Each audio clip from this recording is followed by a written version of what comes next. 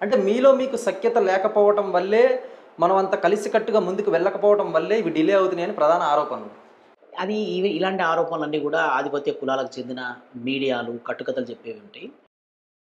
తెలంగాణ ఉద్యమం జరిగింది. సుదీర్ఘమైన తెలంగాణ ఉద్యమం ప్రస్థానంలో జేఏసీ పేరుతోటి దాదాపుగా 1000కి పైగా జేఏసీలు ఏర్పడినాయి.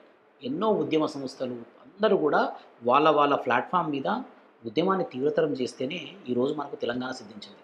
అట్లాగే తెలంగాణలో జరుగుతున్న బీసీ ఉద్యమ పోరాటం ఏదైతే ఉందో, ఇది 2.5 కోట్ల ప్రజల ఆకాంక్ష, ఆగ్రహం, వాళ్ళ ఆవేశం, వాళ్ళ ఆక్రందన.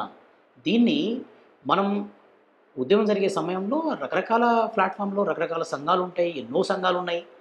ఉద్యమంలో బీసీల కొరకు చేస్తున్న వాటిలలో ఒక్కొక్కరు వాళ్ళ పంథాలో అందరూ ముందుకెళ్ళాం. మీరు మొన్న చూసిర్రు 18న అన్ని సంఘాలు ఏకతాటిపైకొచ్చి బ్రహ్మాండంగా తెలంగాణ బంద్ జరిగింది. అద్భుతంగా విజయవంతమైంది.